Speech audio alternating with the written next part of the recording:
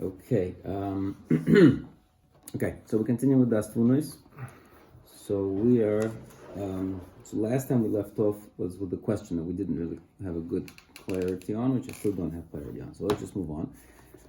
So until now we spoke in general, and now we need to go into the details. Okay, so in other words, we know what that means. What does he mean that till now we spoke in general, now he's going to go into details. But let's just keep that in mind, that that's the transition between these two sections. The transition is that the following section is going to drill down into the details of what was previously discussed. In other words, again, what I'm thinking is that in the previous sections, he gave us the overview of the master plan, so to speak, right? That it's all about Ichud Hashem, right? And Tikkun HaKlali, right? Now he's going to go in the actual mechanism of how those things are accomplished. Okay? Kihine samnu yisoid echad. We placed a foundation. Shekol inyane abriya v'chukoseho, that all aspects of creation and its law, and the laws, tluyim b'dvar gilu yichuda, are dependent on the revelation of Hashem's oneness. Uledover zeh matana shnei azmanim, and for that thing we found two times. Ha'echad b'yosinister v'osli iskalis. One is a time when Hashem is hidden, and he will be revealed in the future. And then the second time is when Hashem already has revealed himself. And in these two worlds, so to speak, right, two times, two eras, epochs, is avoidus hodom, the avoid of man, the kibbul schara, and then receiving the reward. Right?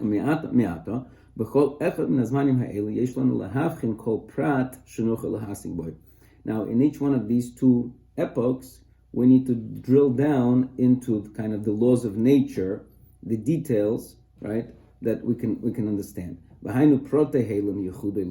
have to understand the nature, the details within the time when Hashem's essence is hidden, oneness is hidden, and then the details when Hashem is revealed is also separate, right? In other words, right? So he says this is the master plan. The master plan involves the times of hiddenness to the time of revelation. Now, if we're going to drill down the details, we're going to drill down separately. First, we're going to drill down into the hidden, right, era, and then into the revealed era.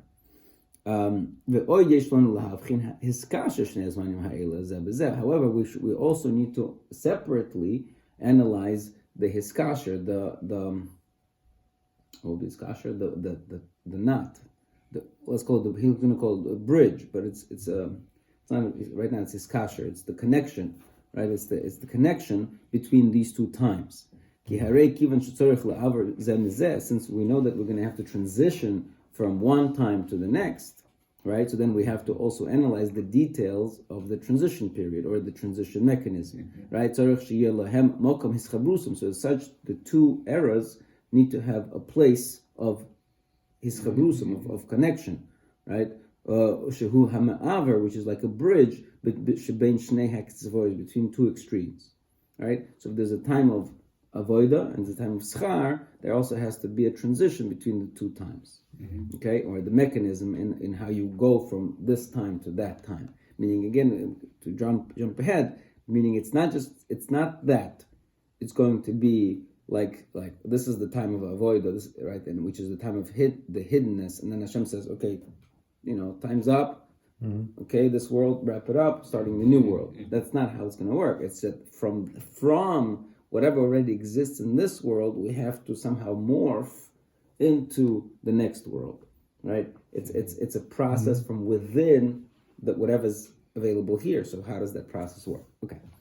So now we're going to begin in order. And this is what comes out. First, lehavin, to understand prote helam ha'ichud, to understand the details of the hidden of the oneness, right? Of the time when the oneness is hidden. Kihu hazman harishon, because chronologically that's the first time. Umishpote hanhagoso yizborach bezman hazeh.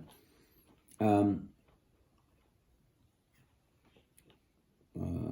don't know what that means. umishpot. I mean, I know the words, but umishpote and hagosoi and the laws of Hashem's guidance bezman hazeh. Okay, and it just ends abruptly. Okay, v'kan yelonu levayir, and now it's up for us to explain.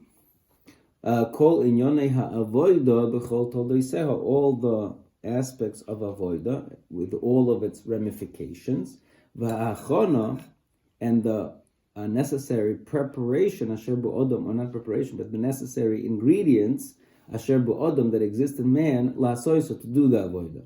V'kol shar ha'avchonos, and all the other distinctions, sheyesh lonu lahavchim b'dover hazeh. Okay, so that's our first step, is to understand the details of this world, of the time, of the current zman, of the yichud of the hiddenness of the yichud Hashem, and how does a human being, what's the job of what's the role of the human being within that time, right? And what are the not the tools, but the I don't know how to say it, but the prerequisites that are built in. Right, the features that are built in within the human being to be able to do the avodah within this time of the high. Okay, Omar Seichel. So now Seichel continues. Hagdama achas gedola. So first we have to do a grand hagdama, the ikris ma'oid, and very essential. Tzorech anila haydia lecha. I have to tell you, koidem shenichnas lefnim, before we enter inside. Between the ways of Hashem and His laws, right? So, okay, what's the Hagdama? So now he's going to go to Hagdama again. Remember that Daas Tevunos is set up in such a way that in order for you to understand his idea, why don't you understand it now? It's because you don't have some kind of a Hagdama, you don't have some kind of a prerequisite idea. Now, once I introduce you to the prerequisite idea, and then you can understand the idea itself. So, okay, so that's the Hagdama. Omar Seichel. Hine anachnu roim chukim umishpotim. Now we observe laws, right? Chukim umishpotim, different laws. Asher hu yisborach misnahik bom imona. That Hashem interacts with us, right? Anachnu nivroiv. We His creations. Midos v'drachim. We see midos. I don't want to say character traits, but we see traits. Right, udrachim, and ways, tzadikim, that are righteous, kasher gozra oimek chachmosei, whatever Hashem decreed with His infinite wisdom. Ba'avur hamidos ha'ela, until that as a result of these midos, yichasnu loy toyarim rabim b'chol divrei hanivim leihem hashalom.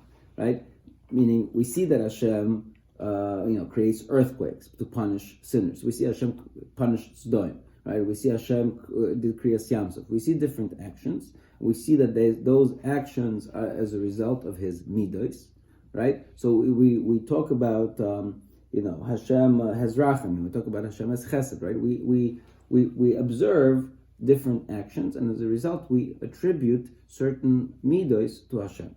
Okay, the Nevi'im, attribute these midos. Ve'ilov karana, and we call him Rachum, V'chanun, Gibor, V'kol Sharei Kinum Harabim Asher Nisiach. Right, different ways to relate to Hashem. We in terms of these descriptions. Right. Amnam, however, kan tzrichim onu lahavin or ladas. Obviously, we have to understand and to know. Emunah v'adois, absolute faith. Sheyesh lonu lahavin b'chol zeh, that we need to believe in the idea, ki lo yoisu kol hatoyarim hakinuim, that for Hashem none of these toyarim, these descriptions, vakinuim, and these titles, ha'ela elov yisbarach lefi atzma klal veikar, that none of these descriptions can apply to Hashem's essence in any shape or form.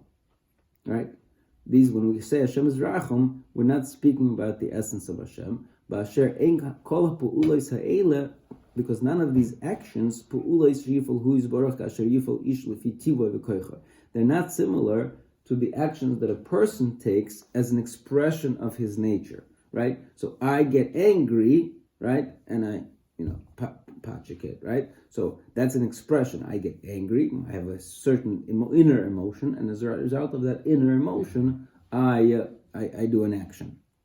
right? That's not how Hashem functions at all, because he has no inner emotion, right? And right, so that's the difference, right? Elakulam in yonim shenirtzu miritzoyna, but rather all of these again midos are desired from his ratzon, right? In other words, he put them on synthetically, right? He's not a rachum, he's not a chanun, he's not a gibor, he's not any of those things. He just chose to express himself in that way, right? So to act that way,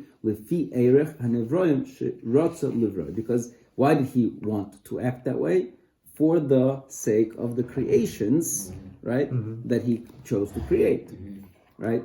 He created creations with such midos, right? And so he created himself midos in order to, kind of go together with the creations that he created. And they're all according to their abilities. This sounds like there's a lot of room for discussion here. Which came first, right? We understand that there's no concept of a human-like expression within Hashem, but we're B'Tselem Malakim, right? Means he's equivalent of Rachum, Chanun, and all the other 11. Right. So it's exactly. We're not meaning he's not going into that detail right now, but meaning since the whole concept was to allow human beings to be similar to Hashem, right? So, so it's like the two things came together, right? Hashem designed midos that are going to be quote unquote godly, but even though they're not really godly, because again they're the desires that that he created to be as similar to godliness as we can understand for our sake, and then he created us with having the abilities to mimic those midos and not mimic those midos, and right. So it's a package deal that you work out together as you building your universe, so to speak. You try to understand how to mirror image the two sides so they will work well together. Okay. Right. So when we started before, he said all along that was created in a way we can understand it. So he downplayed because he couldn't do any way he wants. Right. But he made his way. So that's part of that, part of the process. Right. That's part. So that's the way we can understand midos, Right. compared to what. Right. Again, so obviously he's talking about not just midos, he's talking about right? He's talking about spheres, he's talking about Kabbalistic ideas that he's expressing in very logical, reasonable terms. The one right. But even spheres, right? This is why Kabbalah is so potentially problematic to learn, is because it's very difficult to kind of find that, it's a very thin line where these midos are godlike, but they're not godlike either. Meaning, because if they're too much godlike, then you're downgrading God. If they're totally not godlike, then they're becoming avodah zarah. So that's the trick, exactly precisely knowing where these spheres, how they fit into the creation. That's the tricky part. And a person has to have a very nuanced ability to be able to to see them in the right, just in the right framework. Which is possibly, I'm saying, which is why the Rambam never discusses them. I don't think the Rambam denied Kabbalah like many people believe. I don't think so. Not that I have definite proof for it, but it's just that it's not necessary.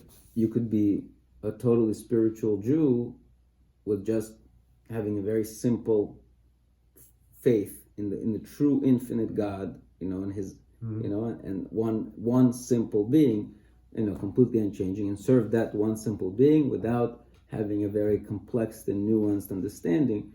It doesn't change. It doesn't change your reality that much, unless you're a Ramchal or whatever it is. But for 99.9% of the human race, a truly simple oneness. Perception of God is all you really need. Anyway, so moving on. So fine. So let's see. Udover zen is bar it's lachomim b'mekoyim yisrabim. All of this is explained by our chachomim in many places in great expanse. Now,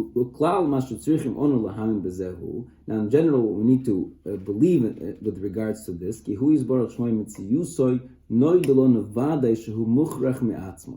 right? So we know that Hashem's mitzias is mukhrach mi'atzmai, right? His existence is imperative, right? He's not dependent on anything, right? He's the only truly independent being.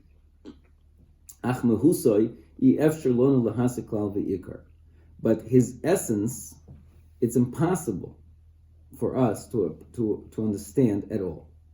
Not only that, but rather we are even forbidden to really go into contemplating this chakira, this investigation. Okay, and our sages said, if somebody who analyzes or looks into four things, that it's better that he should not enter the world. Right? This is what's behind, what's before, right? Things that are outside the creation, right? And they also said, what's above you, what's more wondrous than you, Al tidrosh, don't investigate. Ein lecha esek b'nistoris. You have no business in nistoris, in hidden matters. Okay? You have no business in hidden matters. Uklolahu, and the general idea is, kol ma sheyechola machshavas b'ni odom litfois u'litzayir. The idea is that anything that the human contemplation, right, human intellect, can actually grasp and formulate, by definition, that cannot be God, right? Mm-hmm. If you can understand it, it's not God. Okay, right? Because he's really above any thought and any thought. Again, machshava and rayin, I'm not sure what the difference between the two words for thought, but okay. And there's nothing, and this is a key feature. This is a key feature from Derech Hashem. Again, to remember, is that why? How do we kind of come to the idea of one infinite imperative God? Is because like Avram, he looks at the sun and he says it has these limitations. Look at the moon. Looks at the fire. Has this limit. Right? Anything that exists in the physical or even in the spiritual world, we find that it's limited, right? But it can't be that a limited being kind of exists unless something else kind of backs it. So we keep kind of going up the ladder until we basically remove any sort of limitation from the original being. So complexity, that's a limitation. So we understand God has to be the simplest of all being. Dependency, that's a limitation. So we know God has to be independent. So in other words, that we basically get to the idea of one God by kind of canceling out all other possibilities, right? We kind of abstract all other possibilities of from this being, and we end up with a being that's neither complex, right? That's neither finite, that's neither dependent, and that's how we get to one infinite imperative being. Because there must be, at the end of it all, there must be something. Meaning, it's not very different, so to speak, from some degree from the ancient Greeks. If the ancient Greeks said that, hey, it can't be that the universe just started, randomly by itself, so it must have existed all the time. And our answer is no, it did. You're right. It couldn't have started randomly by itself. It was created by another being, right? So in other words, the process is similar, is that we remove all other possibilities until we get to one possibility that could still stand on its own. So we just keep removing until that one possibility is that there is that infinite God that has absolutely no physical or spiritual or any kind of limitation that we can observe, right? So Anyway, so that's this line is that ve'ein bo shum echad min ha'inyonim ma sheyesh b'nivroiv, that there is nothing in God that we can find in the creations. Lo min hagdolim v'lo min hashvolim, whether the lofty ones, the great ones, v'lo min hashvolim, and the low ones. Ki ma shehu hashleimus hagodol yoser b'nivroiv, whatever we're going to find as the greatest shleimus, perfection in the creations, chisaron hu legabov, it's going to be still a chisaron with regards to the Creator. V'lo nidmehu b'chuka klal ve'ikar, and we cannot really encapsulate him in any law. Kikol ma shenimtza b'nivroim hatoy v'arach isar mashleimus, anything that we find in the creations, good, evil, lack, perfection, hakol chodoshu, it's all created from scratch. Shehimtziyo yizborach b'ritzoyna, that Hashem founded with His will. Behem dvorim rak lefi erkeinu v'inyoneinu, all of these things is according to our understanding. Right? Lo lefi erkoi v'inyonek yizborach. Aval ze mikra molei tzavech v'oimer, this is a pasuk that cries and says, Ve'al miti dem yuni v'ashve yemar kadosh. Right? To whom shall you compare me and to equate me, says the Holy One. Okay. Again, so this is pretty standard kind of overview. Right? He wants to make sure. Well, I'm not sure. Right now, I'm going to say that he just wants to make sure that we're staying within the Orthodox view of Judaism. We're not going into some Sabbatianism.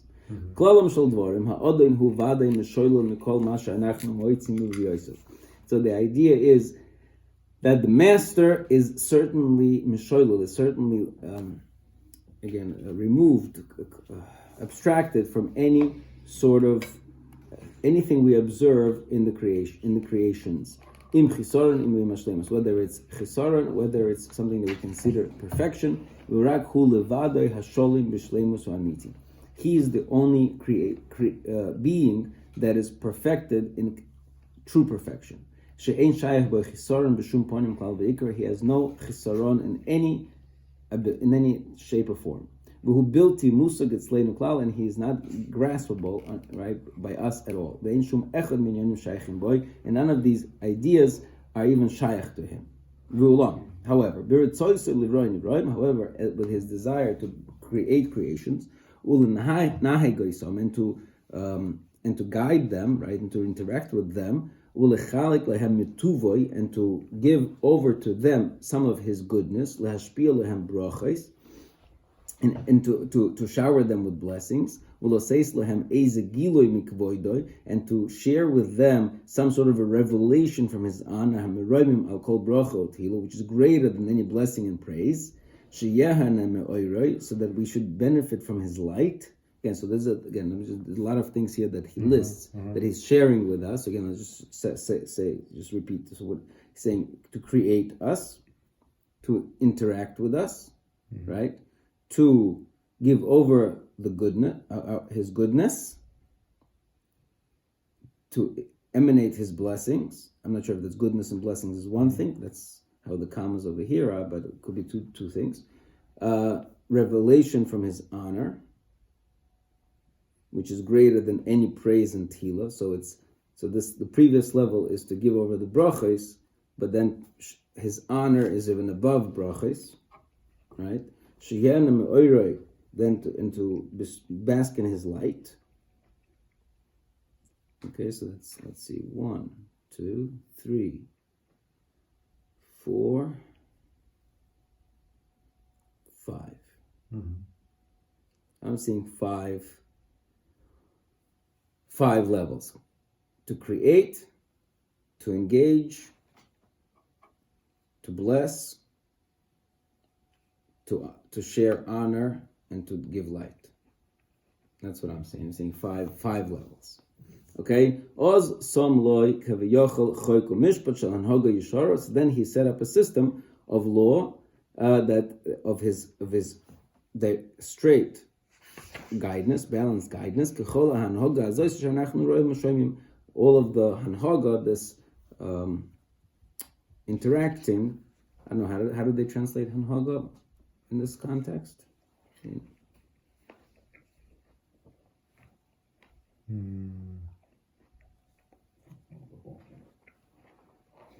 got lost a little bit.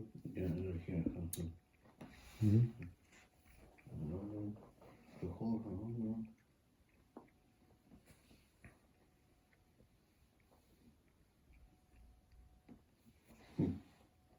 He wanted to experience the revelation of his glory and the basking in the light of presence. Yeah. Therefore, he made for himself, as it were, a definite system Okay.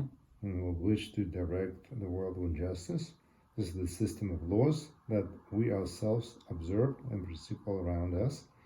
To do this, he created for himself, as it were, certain kinds of spiritual emanations. Okay, so they kind of like glide over that word. Yeah. Okay, so but basically direct. The word is direct. Okay, so kechol ha'anhoga, like in a way of directing, hazois asher anachnu roim v'shoimim, that we see and hear. Ki himtzi loy kevyochel minei hashpo. So as a result of creating this system of being able to direct the world, so therefore he created minei hashpo, types of hashpah, types of influences, umidos, and right, and traits, shel hanhaga, of directing. So again, if he's talking about the spheres, again, whatever they are, he addresses them with as minei hashpah, types of influences, right? Again, hashpah is an influence, not such a good word, but I would say emanations, right? Types of emanations, and midos, and traits. So I don't know exactly what the difference is between emanations and traits, and why he needs specifically two words to explain the spheroids. Emanation sounds like a realization of a trait. Well, to me, emanation sounds more like something that comes out from his essence, Yeah. and midos is the result, the observable result. So, meaning, depending from which perspective, again, going back to this nuanced kind of assessment of what spheres are they part of God or are they separate from God? It might be also dependent on where you're standing. So on one hand, again, they're hashpah, which means that they're kind of reflecting his essence. On the other hand, they're midos, which is just something that he set up. Maybe, again, everything we're discussing now is more like, what's the word? Hypothetic, as a working hypothesis until as we learn, we see otherwise. Okay. All right. So, anyways, lech es behem. So to hold on to these midos, ulenaheg behem, and to guide with them letachlis toivem umuvcher el kol hanivroiv, to the ultimate good that for his creations. Umeata, and now midos of vadai. Now certainly these midos are his midos. Certainly, right? He created them. They're his, right? V'hatoyarim, and the descriptions, right? Meaning his kind, etc. Right? Descriptions misyachasim loy. They definitely relate to God Himself, right? Because He chose to act with kindness, so therefore we can say He is kind, right? Because He's acting kind, so we say He's kind, right? But right, kihu ha'oisas koleila, because He's the one that acting in all these ways. However, you cannot say that they are things that are kind of like forced upon Him. But rather they're all things that were desired from Him. And their existence is dependent on His will and desire. Because without any of these, He really would be able to do away with all these, and without any of these midos.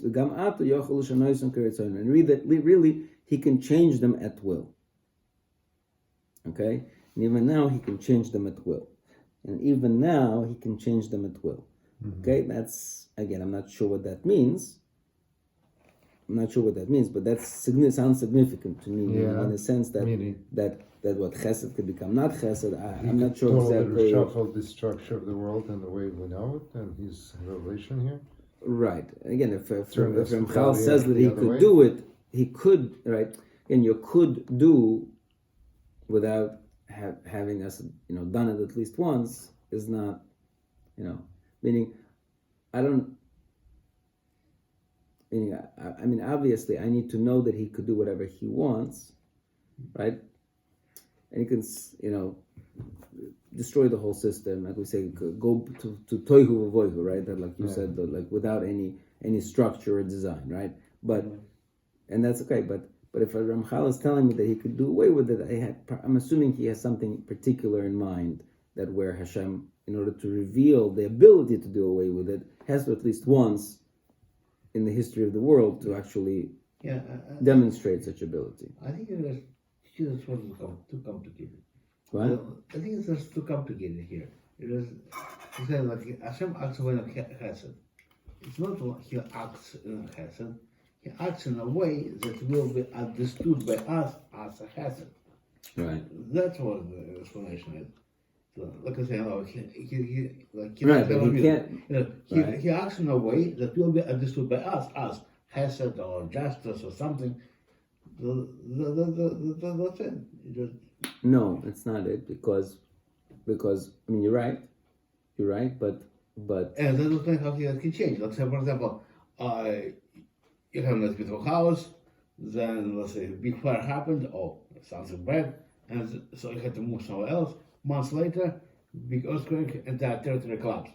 So that fire saved you from that earthquake. So the something looks bad, now suddenly it looks good. could be. Maybe, So maybe that's what it is.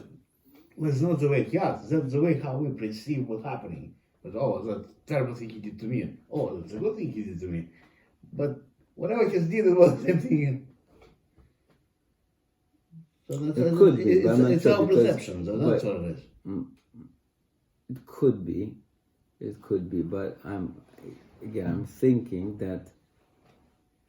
I don't know what these midos, as we talk about, we're talking about concepts that we don't fully understand. Yeah, well, that's what I'm saying. Like, we don't know what it is. The bottom line is that's what's perceived by us as something, but whatever it is, we don't understand. So,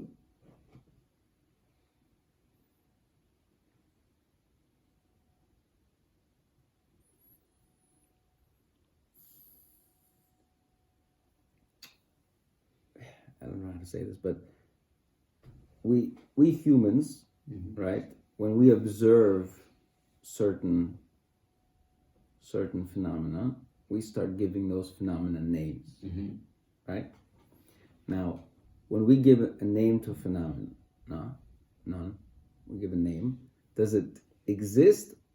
Does that phenomenon exist, or is it because we need to somehow identify it, so we come up with a term for it? Okay. yeah. So you're saying maybe it doesn't exist, but we have to bundle it. Yeah. We bundle few ideas, and we bundle that, though our actions or whatever, bundle certain expressions of some phenomenon, and we see that there's similarity. We bundle them with certain name, and that's it. Not that bundle really exists in any real world, but just just a reference. Yeah, and that's like It's just a reference. That's what you're saying, and I'm not sure that's what once he's you saying. understood it means it's not God. So whatever we bundle, we understood. Yes. So relax, it's not it. Right. You're for sure correct. But does that bundle exist in some? Because what I'm saying is by the fact that we can bundle something into a concept, that means that God had to have created that concept. Oh.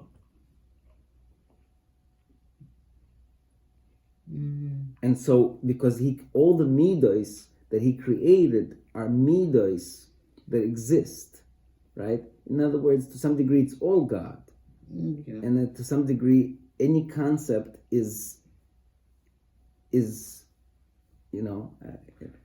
But that's it. Like, whatever bundle you made, that's human bundle, but it's no finish because so many stuff around that you didn't even comprehend inside. That's how much you can. right. That's what. But Yeah, but I'm it's just not saying it. that It's the all fact bundle. that the idea exists, that makes it into a creation, right?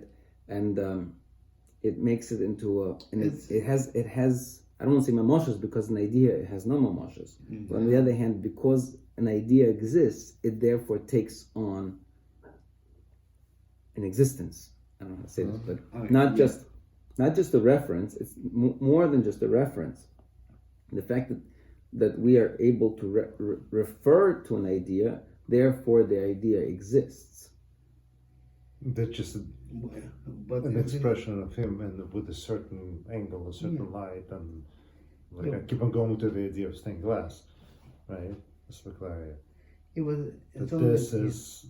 decided to arrange the filters in such a way that light goes in different. I don't know how to explain. Whatever. Okay, let's move on. I'm not sure if we have. This as far as we go. But I'm not sure. That's been saying if we're he seems to be addressing some existences, right? That are, I don't want to say I don't want to say tangible, but I'm just saying that are conceptual. I don't know. Okay. Anyways, let's move on. Soiv dover shlitas ritzoynoi shlita gemura. The mastery of his will is a total mastery. She'ein lo shum moinei klal ve'ikar. It has no detractor at all. B'chol esu b'chol shor. Any moment at any time. Ukvar be'arti davar zeh l'mayla kol tzarka. Now explain this already above to completely as necessary. V'hinei k'moish she'el mistaterhu. Now, just like Hashem, who is El Mistater, he is a God of hiding. Mitzad mitziyusoi umehusoi haposhot. Because of his nature, which is simple. She'eina musag v'noda klal l'shum beria, because he is not graspable or unknown to any creation.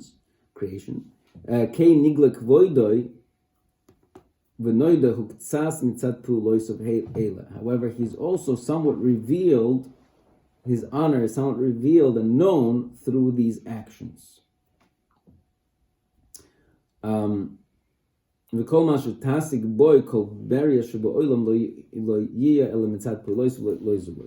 is more like sounding like what you're saying, is that anything that we can understand about God is not about him, but rather through his actions. Okay, but I don't know why he switched. So till now he was using the word midos and hashpois, and now all of a sudden he switches back to puloisov, actions. It's like a switch. Like when he went to soif dover, which is soif dover, literally the end meaning soif dover, but that's not what he means soif dover. He means the bottom line, right? Yeah. The bottom line is.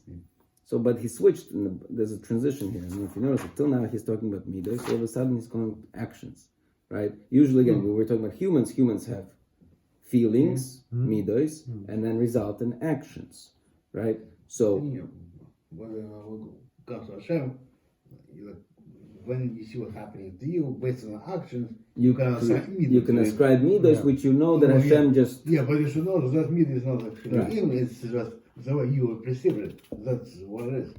You look backwards. Right.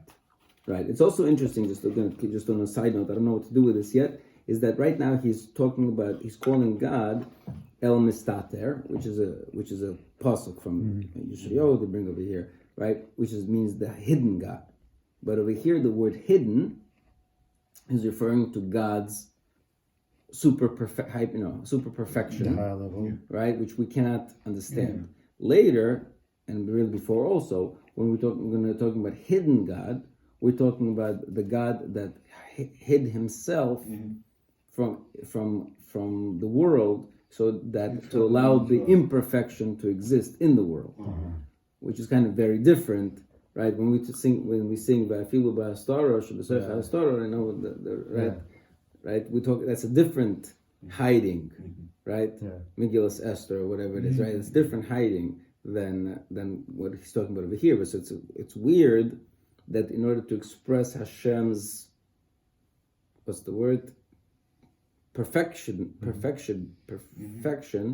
Hashem, he used the phrase that we generally associate with Hashem's, I don't want to say imperfection, but Hashem's hiding his perfection. right? Yeah, but that's what the introduction was about. Like what Vada studied now, like keep in mind, you're never gonna understand it. That's what the introduction was about. Right. Right. So Yeah. that's what we're getting at. Okay, let's keep going. Another thing that you need to know, now even those actions that we do understand, right? We do observe, Hashem split the Yamsuf. We also only understand the outcomes, the results. Perush hanifal mimenu. We see what was impacted, what was acted upon. Meaning to say, like we see. Let's say there should be an invisible. Let's say you had an invisible cloak, right, and you were walking on snow. So the only thing we could see is footprints, but we don't see how those footprints are made. Again, over there, it's not a really good example because you know that it's your weight on the snow that's creating the footprints. With God, it's not like that. The footprints are made, but it's not through gravity, right? So even though we see impact, we see effects, we see something's happening, we see pu'uloisav and their results, and we only understand the results, and we attribute results to God's actions and midos and whatever, but we have no idea how those results were accomplished, right? Amnam loy derech hapula, we do not understand the way of the acting, hu is borach poil oiso, how he actually accomplishes that. Kikol mashu hu boy is borach, because anything that's part of God, related to God, there's nothing that we can fully understand. We can only understand whatever is within us. Our creations, right? We only understand as it relates to us. Even though we can attribute to God whatever midah we want to attribute, for example, his knowledge, his zechira, his remembering, hamachshava, his thought, hachemla, his pity, hakas, his anger, harotzin, his will, loy noimar mipnei zeh shederech idiosehu kederech idioseinu. We don't say that his knowledge is like our knowledge. We don't say that his remembering, right, Rosh Hashanah, Yom HaZikaron, is like our remembering. That his thought are like our thoughts. Or that his pity is like our pity. And his anger is like our anger. Right? And so that even those midos, quote unquote, that we apply to him are not really applicable the way we understand it.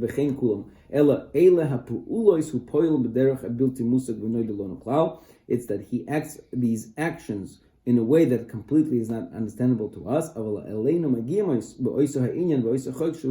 rather they reach us and they impact us in a way that he kind of calculated ahead of time. And not only that, that even those actions that are chisroinos, he doesn't even have to even act the chisroinos in a way of lacking. Which would be necessary for a person to accomplish if he wanted to do something like that. Elahu Omar Vayehi, rather he says and it becomes. In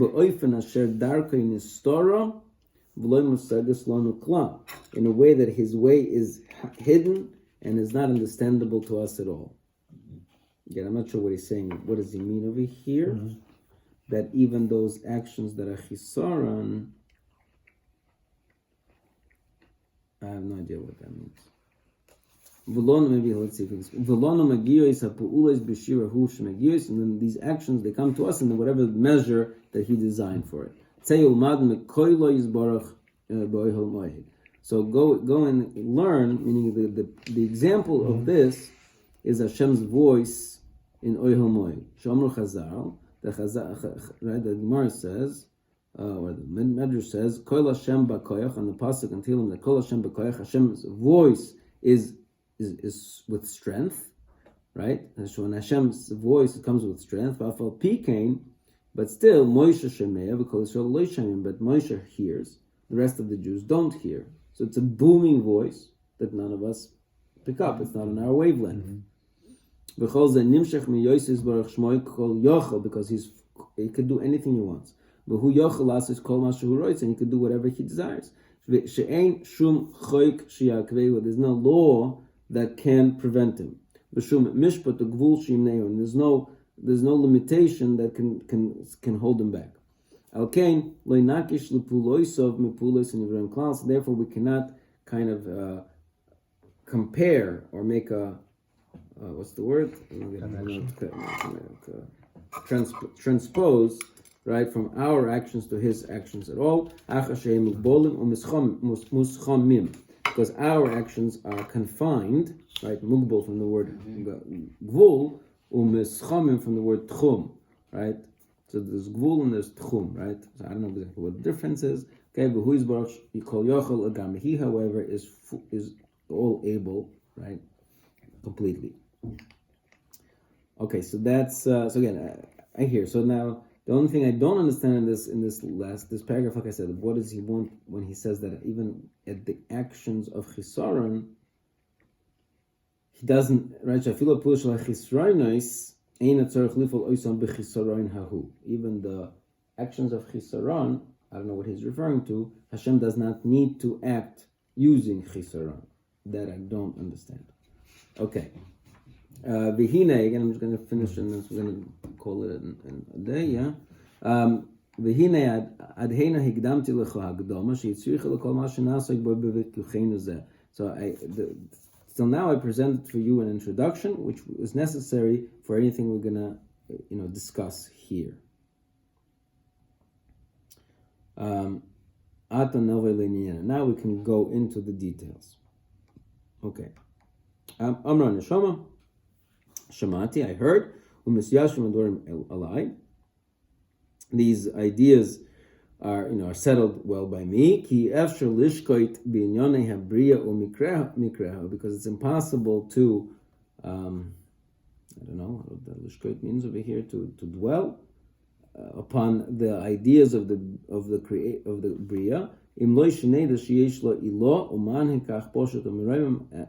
you understand that there is above it a manhig, right, a guide, a driver, which is simple and lofty, kol yochel, that is all able, that is without any limitation and any drawback. And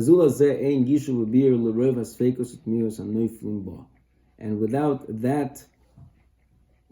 that kind of solution, that there exists a creator, a perfect creator, we can't really analyze what's going on in the Bria either.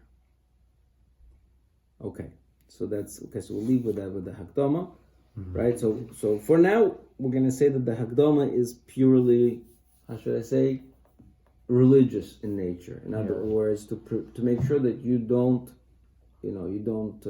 make a mistake and get to some kind of a kfir as a result. But I'm assuming, again, knowing Ramchal, that it's more than just religious in nature. I'm assuming that it's also technical, meaning that we're going to need to be able to draw from the things that he said here in the Hakdama to the mechanism of the way things actually work. That's my assumption, because again, Ramchal is generally not, if he says it, usually it has... He means it. Right. Okay, we'll leave it for that.